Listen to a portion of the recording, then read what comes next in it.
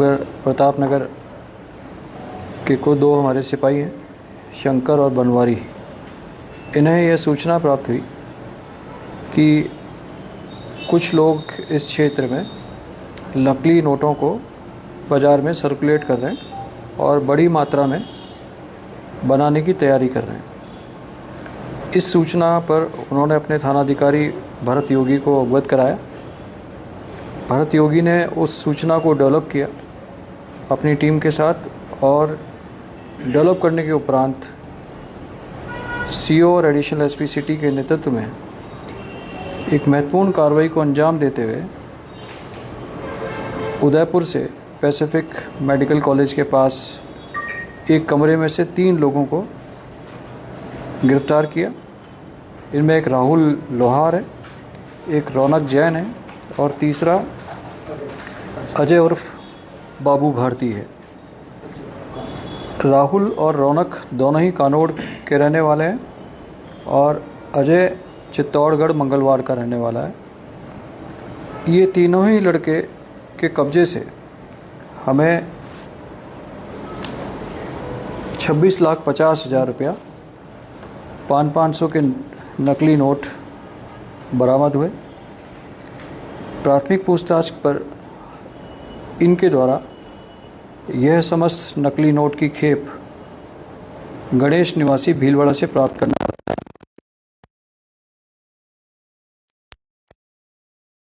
अपने साथी थे उनको देना बताया।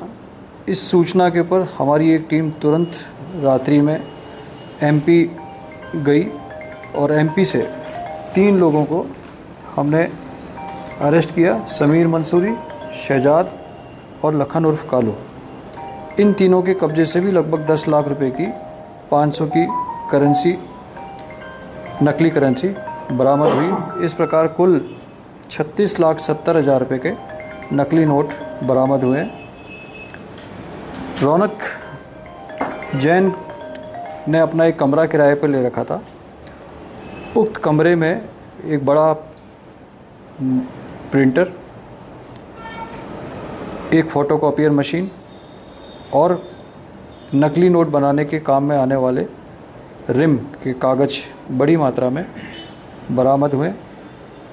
ये कागज़, प्रिंटिंग मशीन और प्रिंटर, बड़ा प्रिंटर, ये नकली नोट बनाने के उद्देश्य से ही यहाँ लाए गए थे। ये कहाँ से लाए और इनके द्वारा इन प्रिंटर्स के यूज़ करके और क्या नकली नोट बनाए गए, इस बारे में हम विस्तृत पूछताछ कर रहे हैं। जिससे अभी प्राथमिक जानकारी अनुसार ये नकली नोट जिस गणेश नामक व्यक्ति से लिए उसकी कुछ दिनों पूर्व मृत्यु हो गई, लेकिन उसका एक लड़का है समीर, जिसके भी ये जानकारी में शामिल था और इस पूरे कॉन्स्पिरेसी में वह भी शामिल था। तो समीर उर्फ गणेश को भी हमने इस प्रकरण में गिरफ्तार किया है। अभी संपूर्ण प्रकरण में इनकी क्या साजिश थी, इनकी क्या योजना थी, इस बारे में हम विस्तृत पूछताछ इनसे कर रहे हैं। पुलिस रिमांड हम इनकी ले रहे हैं और इनसे विस्तृत पूछताछ करेंगे।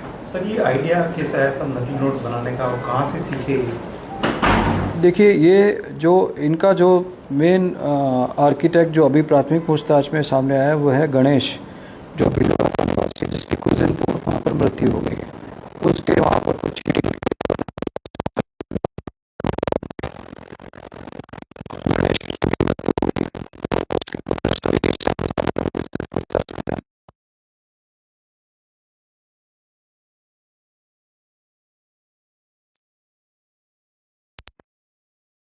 उस संदर्भ में अखबार की कटिंग और जो वहाँ पर न्यूज़ फ्लैश हुई उनका भी इनके मोबाइल के अंदर खबरों का आदान प्रदान हुआ है। तो इनका उस बगरू वाले से कोई संबंध है जो अभी जेसी में है, जो बगरू वाले मुकदमे में जेसी हुआ है, उससे इनका कोई संबंध है। इस बारे में हम इनसे विस्तृत पूछताछ कर रहे हैं। सर, उस टाइम पहले इस तरह की वेब सीरीज आई थी जिसमें नकली नोटों को कैसे बनाते वो था, तो उससे कोई लिंक है? देखिए, अभी ये सब सब्जेक्ट ऑफ इन्वेस्टिगेशन है कि इनके लिए मोटिवेटिंग चीज़ क्या थी, कि किस से मोटिवेट होकर के इन्होंने ये सब काम किया, इनके क्या प्लान थे, क्योंकि ये सब लड़के यंग हैं। क्या प्रोफाइल बैकग्राउंड क्या है?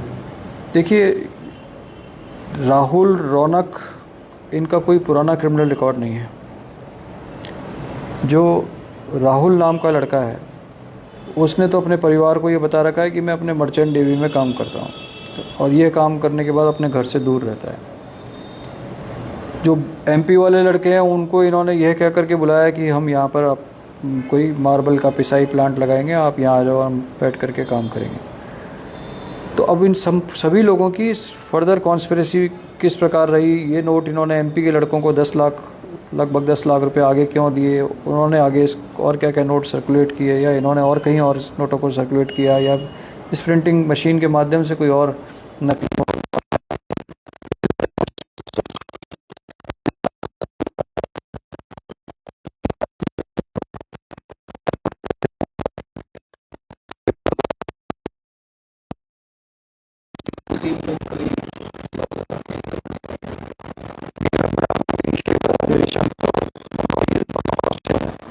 यही इनकी इन्फॉर्मेशन थी। इनको इस आरोपियों के द्वारा बड़ा प्रलोभन भी दिया गया, लेकिन इनके द्वारा बड़ी तत्परता से और अपनी आसूचना को डेवलप करके थानाधिकारी प्रताप नगर भरत योगी के नेतृत्व में ये एक बहुत बड़ी कार्रवाई को अंजाम दिया है।